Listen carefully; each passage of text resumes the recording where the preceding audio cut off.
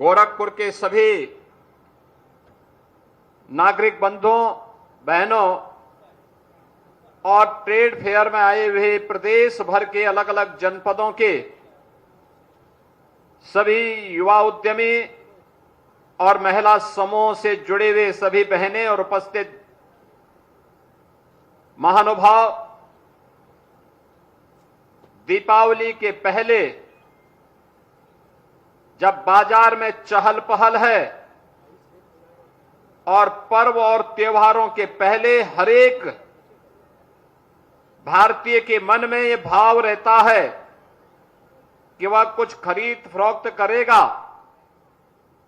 उन स्थितियों के में उत्तर प्रदेश सरकार ने यह तय किया कि दीपावली के पहले 10 दिवसीय एक ट्रेड फेयर हर जनपद में लगाया जाएगा। और मुझे प्रसन्नता है कि सभी 75 के 75 जनपदों में स्वदेशी उत्पादों का ट्रेड फेयर कल और आज में प्रारंभ हो रहा है और अगले 8-10 दिनों तक एवं संबंधित जनपदों में उत्तर प्रदेश से बनी हुई उत्पादों को आम जन के लिए उपलब्ध करने के लिए एक प्लेटफॉर्म उपलब्ध करवाएगा। मैं गोरखपुर के इस स्वदेशी मेला के लिए उत्तर प्रदेश के सूक्ष्म लघु मध्यम उद्यम विभाग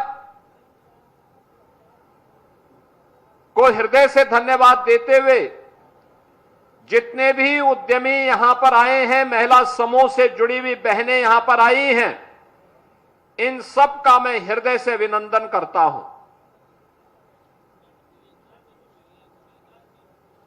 अभी सितंबर महीने में 25 सितंबर से 29 सितंबर के बीच उत्तर प्रदेश के ग्रेटर नोएडा में यूपी इंटरनेशनल ट्रेड शो का आयोजन हुआ था।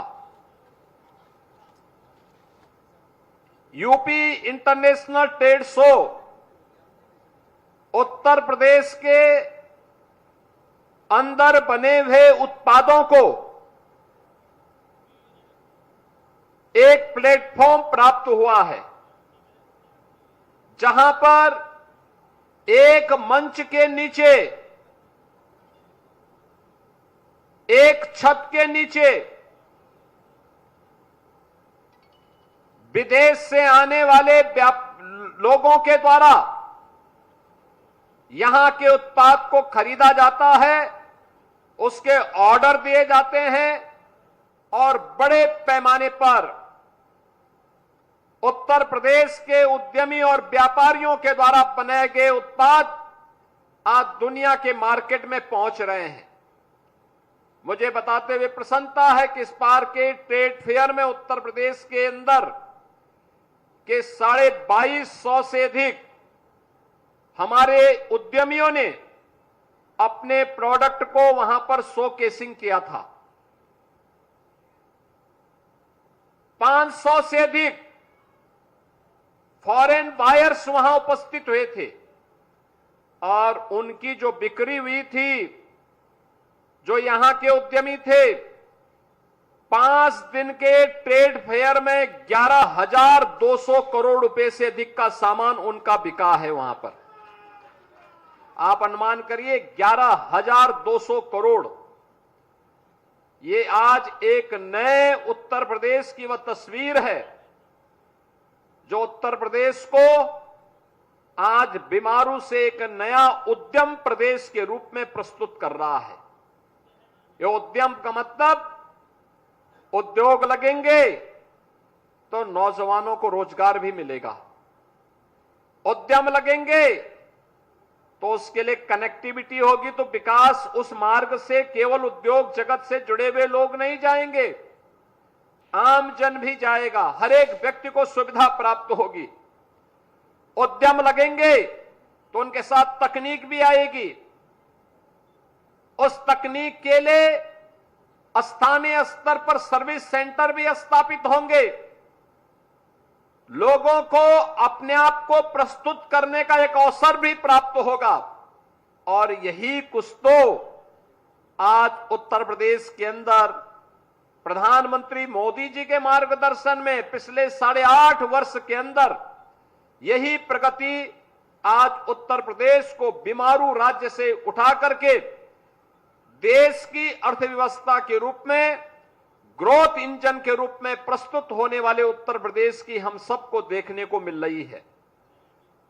आप अनुमान करिए 2017 के पहले उत्तर प्रदेश में उद्यम लगाना एक सपना था।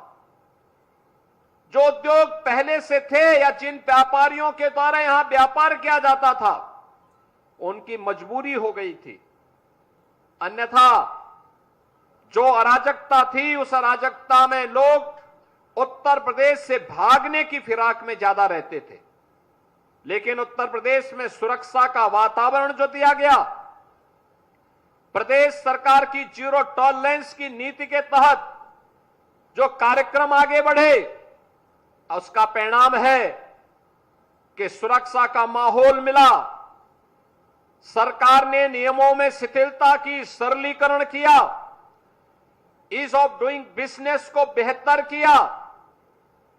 एमएसएमई सेक्टर में जो भी उद्यम लगाना चाहते हैं उनको 1000 दिनों तक यूनिट लगाने की पूरी छूट दी और कहा गया 1000 दिनों तक आप अपना एनओसी लेते रहिए, आप उद्यम लगा करके अपना प्रोडक्शन प्रारंभ करिए, आपको कोई परेशानी नहीं होगी। परिणाम है आज यही प्रदेश जहां पर कभी जो पहले एमएसएमई का एक क्लस्टर माना जाता था, वह उत्तर प्रदेश में धीरे धीरे करके ये बंदी के कगार पर जा चुका था। आज उस उत्तर प्रदेश में फिर से 96 लाख एमएसएमई यूनिट यानी छोटे छोटे लघु, सूक्ष्म और मध्यम उद्यम 96 लाख की संख्या में फिर से पुनर्जीवित हुए और 2 करोड़ से अधिक लोगों को इसमें सीधे सीधे नौकरी और रोजगार की गारंटी प्राप्त हुई। आप अनुमान करिए, कृषि के बाद सर्वाधिक रोजगार सृजन करने वाला कोई सेक्टर उत्तर प्रदेश के अंदर है तो वह सूक्ष्म लघु मध्यम उद्यम का ये क्षेत्र है, जिसने बड़े पैमाने पर रोजगार दिया। और ये केवल रोजगार आज का नहीं, संकट के समय का रोजगार है। कोरोना में जब 40 लाख से अधिक कामगार और श्रमिक जो अन्य राज्यों में कार्य करते थे वापस उत्तर प्रदेश में आए, तो उस समय उत्तर प्रदेश के अंदर हम लोगों ने एमएसएमई सेक्टर का ही आह्वान किया था और मैंने उस समय कहा था कि कम से कम एक कारीगर को, एक हस्तशिल्पी को अपने यहां काम पे लगाइए।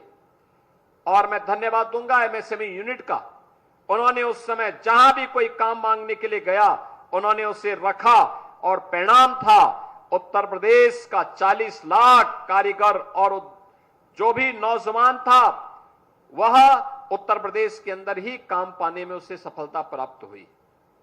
आत्मनिर्भरता यहां से शुरू होती है। आत्मनिर्भरता हर एक क्षेत्र में आज उत्तर प्रदेश उसका एक मॉडल बनता जा रहा है। उत्तर प्रदेश ने पिछले 8.5 वर्ष के अंदर न केवल कानून व्यवस्था के क्षेत्र में बल्कि आधुनिक इंफ्रास्ट्रक्चर के लिए highway, railway, metro, inland waterway, air connectivity, इन सब में भी एक लंबी छलांग लगाई है, एक लंबी छलांग लगाई है। और लगातार आप अनुमान करिए 2017 के पहले उत्तर प्रदेश में 2 एयरपोर्ट पूरी तरह क्रियाशील थे, वाराणसी और लखनऊ। गोरखपुर का एयरपोर्ट कभी कभी चलता था, आगरा भी साल में 2-4 बार चल लेता था। और आज उत्तर प्रदेश के अंदर 16 एयरपोर्ट कार्य कर रहे हैं, 16 एयरपोर्ट। इनमें से 4 तो इंटरनेशनल एयरपोर्ट हैं और देश का सबसे बड़ा इंटरनेशनल एयरपोर्ट हम लोग जेवर में बनाने जा रहे हैं, जो इस वर्ष के अंत में प्रारंभ होने वाला है। देश का सबसे बड़ा एयरपोर्ट उत्तर प्रदेश के अंदर ही बन रहा है। यानी एयर कनेक्टिविटी के साथ साथ मेट्रो के मामले में पब्लिक ट्रांसपोर्ट की सबसे अच्छा माध्यम माना गया है मेट्रो। और मेट्रो आज प्रदेश के 6 सिटी में चल रही है। इलेक्ट्रिक बसेज उत्तर प्रदेश के अंदर सभी बड़े महानगरों में हमने प्रारंभ कर दी है। और उत्तर प्रदेश के अंदर इस महीने हम लोग इलेक्ट्रिक बसेज के मैन्युफैक्चरिंग का भी एक नया केंद्र, एक नए उद्यम का उद्घाटन करने जा रहे हैं। आप अनुमान करिए, अब उत्तर प्रदेश में ही इलेक्ट्रिक बस बनेगी, जिसके लिए डीजल और पेट्रोल की आवश्यकता नहीं है। उत्तर प्रदेश में ही बनेगी और उत्तर प्रदेश में उसके माध्यम से नौजवानों को रोजगार भी मिलेगा और साथ साथ हम पर्यावरण संतुलन को बनाए रखने के लिए, पर्यावरण प्रदूषण को नियंत्रित करने में भी हमें सफलता प्राप्त होगी। इनलैंड वाटरवे आज देखते होंगे वाराणसी से हल्दिया के बीच में जुड़ चुका है। देश का सबसे बड़ा रेलवे का नेटवर्क उत्तर प्रदेश में, देश की पहली रैपिड रेल उत्तर प्रदेश में, देश का पहला इनलैंड वाटरवे उत्तर प्रदेश में। उत्तर प्रदेश ने अपने इंटर स्टेट कनेक्टिविटी को, यानी उत्तर प्रदेश की किसी भी राज्य से मिलने वाली सीमा, चाहे वह नेपाल से हो, बिहार से हो, छत्तीसगढ़ से हो, मध्य प्रदेश से हो, राजस्थान, उत्तराखंड, दिल्ली, इन सभी को हम लोगों ने 4 लेन के साथ जोड़ा है। हर जिला मुख्यालय को 4 लेन की कनेक्टिविटी के साथ जोड़ा है। हर तहसील और ब्लॉक मुख्यालय को 2 लेन के साथ जोड़ने का कार्य किया गया है। यानी इंफ्रास्ट्रक्चर अच्छा हो, ईज ऑफ डूइंग बिजनेस में सरकार के द्वारा सुविधाएं सिंगल प्लेटफॉर्म पर उपलब्ध हो जाएं और सुरक्षा का बेहतरीन वातावरण हो, तो फिर दुनिया के निवेश को आने से कोई रोक नहीं सकता है। और उत्तर प्रदेश ने पिछले 8.5 वर्ष के अंदर इन सब क्षेत्रों में कार्य किया। परिणाम है आज उत्तर प्रदेश देश के अंदर, जो कभी ये माना जाता था कि उत्तर प्रदेश स्वयं बीमारू है, आज वह बीमारू से उभर करके भारत के विकास में अग्रणी भूमिका का निर्वहन करता हुआ दिखाई दे रहा है। और उस अग्रणी भूमिका के साथ कार्य करने के लिए यह यूपी ट्रेड शो 2025 इसका एक उदाहरण है। ये केवल गोरखपुर में नहीं हो रहा है, सभी 75 जनपदों में इस प्रकार के ट्रेड शो हम लगा रहे हैं, जिससे हमारे उद्यमियों को मार्केट प्राप्त हो, हमारा व्यापारी लोकल मार्केट में भी उसकी प्रोडक्ट की, उसके द्वारा पैदा किए गए उत्पाद की खपत हो। और इसके माध्यम से हम प्रधानमंत्री जी के वोकल फॉर लोकल और लोकल फॉर ग्लोबल के उस अभियान को आगे बढ़ा सकें। यानी जो स्वदेशी है, इसकी महत्वपूर्ण भूमिका कैसे होती है? यानी स्वदेशी है क्योंकि हमारे श्रमिकों का श्रम का पसीना और हमारे व्यापारी और उद्यमियों का पैसा उसमें लगा है। यानी इसका मुनाफा भी हमारा ही व्यापारी और हमारा ही श्रमिक प्राप्त करेगा। भारत का पैसा भारत के अंदर लगेगा तो भारत आत्मनिर्भर होगा। अगर भारत का पैसा मुनाफे के रूप में दुनिया में किसी मार्केट में चला जाएगा, किसी देश में जाएगा, तो यही मुनाफे का पैसा बाद में भारत के खिलाफ अलगाववाद, नक्सलवाद और आतंकवाद में खर्च होता है। यही पैसा दुरुपयोग होता है। यह हमारे लिए आवश्यक है कि हमारा पैसा हमारी हस्तशिल्पी कारीगरों और श्रमिकों के हाथों में जाए। यह पैसा दुनिया के मार्केट में न जाए, दुनिया के देशों में न जाए, बल्कि इस पैसे का इस्तेमाल भारत के निर्माण में हो, भारत को आत्मनिर्भर बनाने में हो, भारत को विकसित भारत बनाने में हो। और विकसित भारत बनेगा तब जब विकसित उत्तर प्रदेश होगा, और विकसित उत्तर प्रदेश बनेगा तब जब विकसित गोरखपुर होगा, और गोरखपुर विकसित होगा तब जब हमारा उद्यमी और व्यापारी आत्मनिर्भर होगा और अपने पैरों पर स्वावलंबन के पथ पर अग्रसर होगा। यह अग्रसर होने की एक नई कड़ी है। हर एक सेक्टर में हमें आगे बढ़ना होगा।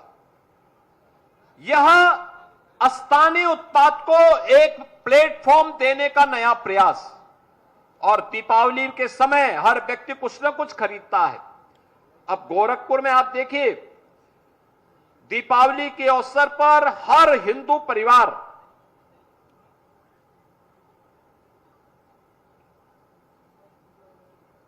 लक्ष्मी गणेश जी की प्रतिमा को अपने घर में रखता है। अब मुझे आप बताइए, लक्ष्मी जी की और गणपति की मूर्ति हमारी आस्था है, हम तो अपनी आस्था के अनुरूप मूर्ति खरीदते हैं। लेकिन मूर्ति 2017 के पहले कौन बनाता था? वह चीन बनाता था, जो देवी देवताओं पर विश्वास नहीं करता। आप सोचो, जब उसका विश्वास ही नहीं, उसके लिए तो एक खिलौना है, लेकिन वह आपके मार्केट को भुना करके और उस पैसे को फिर भारत के खिलाफ इस्तेमाल करता था। हमने वन डिस्ट्रिक्ट वन प्रोडक्ट के माध्यम से गोरखपुर के टेराकोटा के कार्य को बढ़ावा दिया। मैं देख रहा था एक दिन गोरखपुर के औरंगाबाद और गुलहरिया और उसके आसपास के तमाम गांवों में महिलाएं मिट्टी से बने हुए छोटी छोटी गौरी यानी लक्ष्मी और गणपति की मूर्तियां बना करके हजारों की संख्या में बना रही थी और बना करके दीपावली के पहले मार्केट में उपलब्ध करवाने के लिए तैयारी कर रही थी। ये लगता है हर व्यापारी, आपने देखा होगा, गोरखपुर के टेराकोटा को अब जीआई टैग मिला है। जीआई टैग का मतलब दुनिया के किसी भी बाजार में जाएंगे उस प्रोडक्ट की एक गारंटी होगी। उसको अब कोई मना नहीं कर सकता, नकार नहीं सकता है। और यह एक नया प्रयास प्रारंभ हुआ है सरकार के स्तर पर। उत्तर प्रदेश आज के दिन पर सर्वाधिक जीआई टैग उपलब्ध कराने वाला राज्य है। आप अनुमान करिए, देश के अंदर सबसे अधिक जीआई टैग उत्तर प्रदेश के प्रोडक्ट को प्राप्त हुए हैं। यानी उत्तर प्रदेश के नागरिकों के द्वारा बनाए जाने वाले प्रोडक्ट, उत्तर प्रदेश के कारीगर और हस्तशिल्पियों के द्वारा बनाए जाने वाला प्रोडक्ट अब देश के अंदर और दुनिया के अंदर कहीं भी बिक सकता है। उस पे कोई प्रश्न नहीं खड़ा कर सकता है। और इसीलिए यह प्रयास भी सरकार के स्तर पर नया प्रारंभ हुआ है। ये नया उत्तर प्रदेश है। उत्तर प्रदेश अब इलेक्ट्रॉनिक आइटम का सबसे बड़ा केंद्र देश के अंदर बन गया है। ये जितने भी इलेक्ट्रॉनिक आइटम बनती हैं, जिनके बनने में 2017 के पहले ये दूर की कौड़ी हुआ करती थी, लोग विश्वास कोई कह ही नहीं सकता कि उत्तर प्रदेश में बनता हो। लेकिन आज देश के अंदर जितना भी इलेक्ट्रॉनिक आइटम बनता है उसका 60% अकेले उत्तर प्रदेश बना रहा है।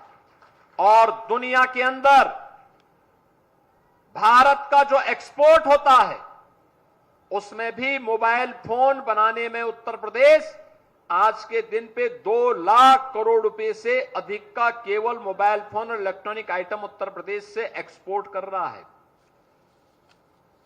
देश के अंदर 55% मोबाइल फोन का मैन्युफैक्चरिंग अकेले उत्तर प्रदेश कर रहा है।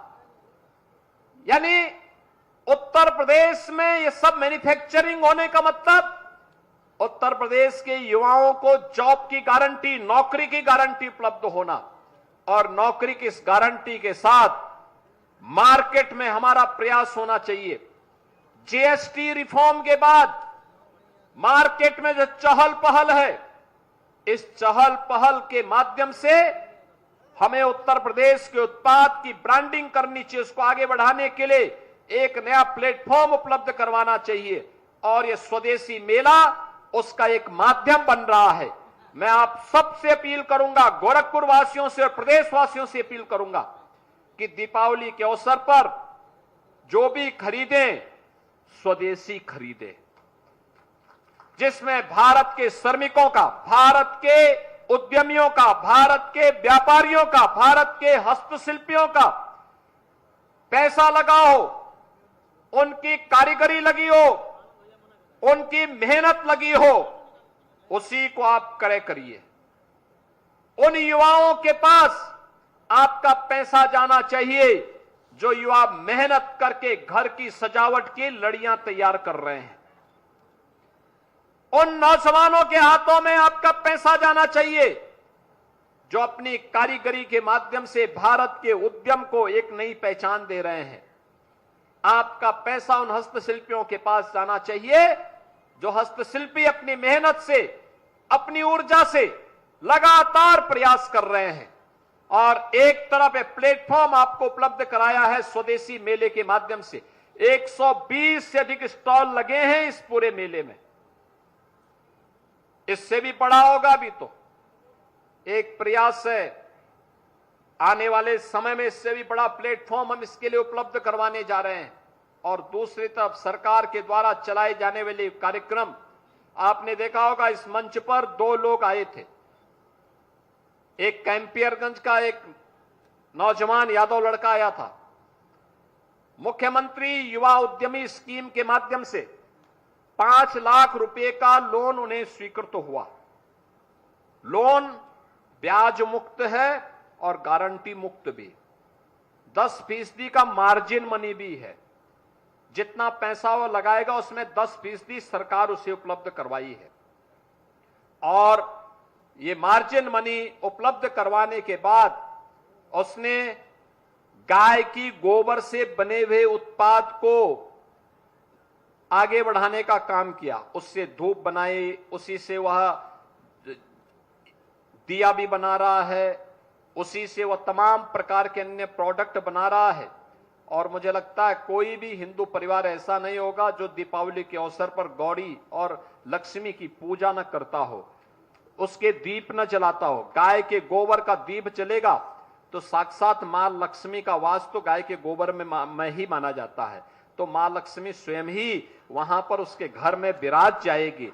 वह युवा कितने उत्साह के साथ कह रहा था। उसके डायलॉग ऐसे लग रहे थे जैसे कि वह रवि किशन को फेल करने पर उतारू हो चुका है। उसके डायलॉग रवि किशन के डायलॉग से मजबूत दिखाई दे रहे थे, क्योंकि वो जमीन पे काम कर रहा है। और जमीन पे काम करते हुए उसने जो बातें यहां पर कही कि देखिए मैंने ऐसे करके इस पैसे का उपयोग किया और सीएम युवा उद्यमी स्कीम के माध्यम से मैं आत्मनिर्भर होने की दिशा में कर रहा हूं काम। इसके लिए उसने कहा मैं प्रधानमंत्री जी और मुख्यमंत्री जी को धन्यवाद देता हूं। देखिए यह है कार्य करने की। और दूसरा, गोरखपुर की ही एक बेटी मसाले के माध्यम से उसकी ब्रांडिंग करना, कैसे उस कार्य को आगे बढ़ाया जा सकता है। सीएम युवा उद्यमी में 5 लाख रुपए की गारंटी मुक्त और ब्याज मुक्त, गारंटी भी सरकार की और ब्याज भी सरकार का। आप व्यवसाय करिए, पहले चरण में 5 लाख, जब मूलधन आप वापस कर देंगे दूसरे चरण में 7.5 लाख रुपया फिर मिल जाएगा। फिर आप और अपना कारोबार बढ़ाएंगे, मूलधन वापस कर देंगे, तीसरे चरण में 10 लाख रुपया देंगे। ये किसी भी युवा उद्यमी को आगे बढ़ने के लिए सरकार के द्वारा दिया जाने वाला इंसेंटिव, सहयोग है, प्रोत्साहन है। और आपने यहां पे देखा होगा, हम लोगों ने यहां पर गोरखपुर के कुछ उद्यमियों को भी, जिन्होंने टेक्सटाइल के फील्ड में और अन्य क्षेत्र में यहां पर अपना निवेश किया है, उनका इंसेंटिव भी उनको दिया। यानी सरकार के द्वारा जो सब्सिडी, जो प्रोत्साहन राशि है, वह प्रोत्साहन राशि भी यहां पर वितरित हुई, जिसमें 1 करोड़ 2 करोड़ से लेकर के 34 करोड़ रुपए तक की धनराशि उपलब्ध करवाई गई है। यह दिखता है गोरखपुर में उद्यम लग रहे हैं, गोरखपुर में व्यवसाय बढ़ रहा है, गोरखपुर में नौजवानों के लिए रोजगार उपलब्ध हो रहा है। और इस प्रकार के कार्यक्रम के साथ आप भी जुड़ सकते हैं। मैं आप सबसे अपील करूंगा, दीपावली के अवसर पर जो भी खरीदें स्वदेशी खरीदें, जो भी गिफ्ट दें स्वदेशी गिफ्ट दें। ऐसा नहीं होना चाहिए कि रवि किशन स्वदेशी की बात करें और घड़ी विदेशी पहने।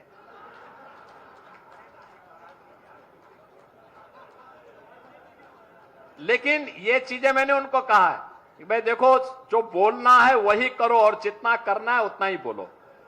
तो ये सारी चीजें आज मैं आप सबसे कहूंगा कि हम जो भी गिफ्ट दें वह स्वदेशी दें, जो भी खरीदें स्वदेशी खरीदें। और मेले में आप इतनी बड़ी संख्या में आए तो एक बार जरूर भ्रमण करिए, देखिए क्या क्या चीजें प्रदेश के अंदर बन रही हैं। उसकी एक छोटी सी झलक है, इसका एक बहुत बड़ी झलक ग्रेटर नोएडा में यूपी इंटरनेशनल ट्रेड शो के माध्यम से देखने को मिला। वहां 22,500 से अधिक ऐसे स्टॉल लगे थे, बड़े बड़े। 500 से अधिक फॉरेन यानी विदेशी खरीदार आए थे जिनका बड़ा बड़ा ऑर्डर था, और 5 लाख से अधिक लोगों ने इस पूरे कार्यक्रम में भागीदार बनने थे वो लोग। तो ये सभी यहां पे तो 120 स्टॉल लगे हैं। इस बार सफलता होगी तो अगली बार इससे भी बड़े पैमाने पर यह ट्रेड फेयर लगेगा, जो हमारे उद्यमी और व्यापारियों को एक नया प्लेटफॉर्म देकर के लोगों को सस्ता सामान खरीदने के लिए उसको एक मंच उपलब्ध कराएगा। आज के इस अवसर पर मैं आप सबको हृदय से बधाई देता हूं, दीपावली की मंगलमय शुभकामनाएं आप सबके प्रति व्यक्त करते हुए अपनी वाणी को विराम देता हूं, और इस ट्रेड फेयर के लिए अपनी शुभकामनाएं देते वाणी को विराम देता हूं। धन्यवाद। जय हिंद।